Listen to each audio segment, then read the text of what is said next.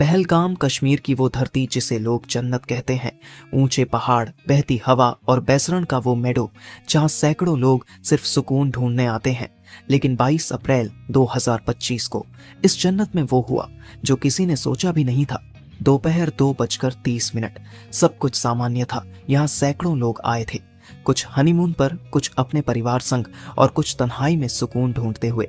सब इस वादी की शांति में खोए हुए थे, पर शायद किसी को अंदाजा नहीं था कि इस जन्नत की चुप्पी कुछ ही पलों में चीखों में बदलने वाली है। अचानक से 3 आतंकवादी जंगल से निकलते हैं, सेना की वर्दी में, हथियारों से लैस, AK-47 हैंड ग्रेनेड और पूरी प्लानिंग के साथ।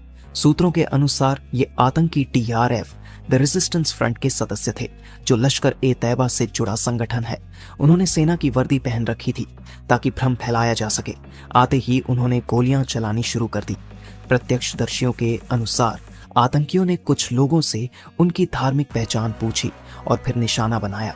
बिना चेतावनी, बिना दया के वो दरिंदगी जिसे शब्दों में बयान करना मुश्किल है। लोग जान बचाकर भागे।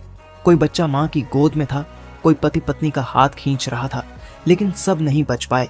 26 मासूम जिंदगियां हमेशा के लिए खामोश हो गईं।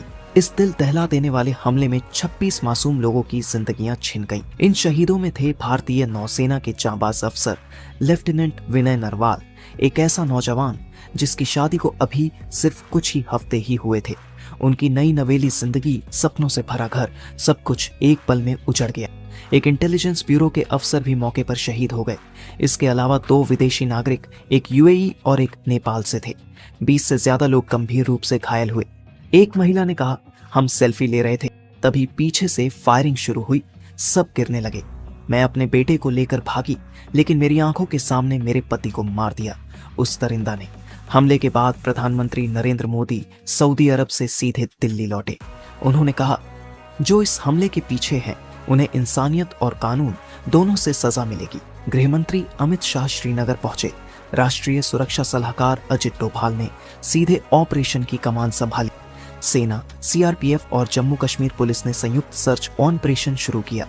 अमेरिका, फ्रांस, जापान, UAE, रूस, सभी देशों ने इस हमले की निंदा की। संयुक्त राष्ट्र महासचिव ने कहा, पर्यटकों पर हमला सिर्फ एक देश पर नहीं, पूरी इंसानियत पर हमला है।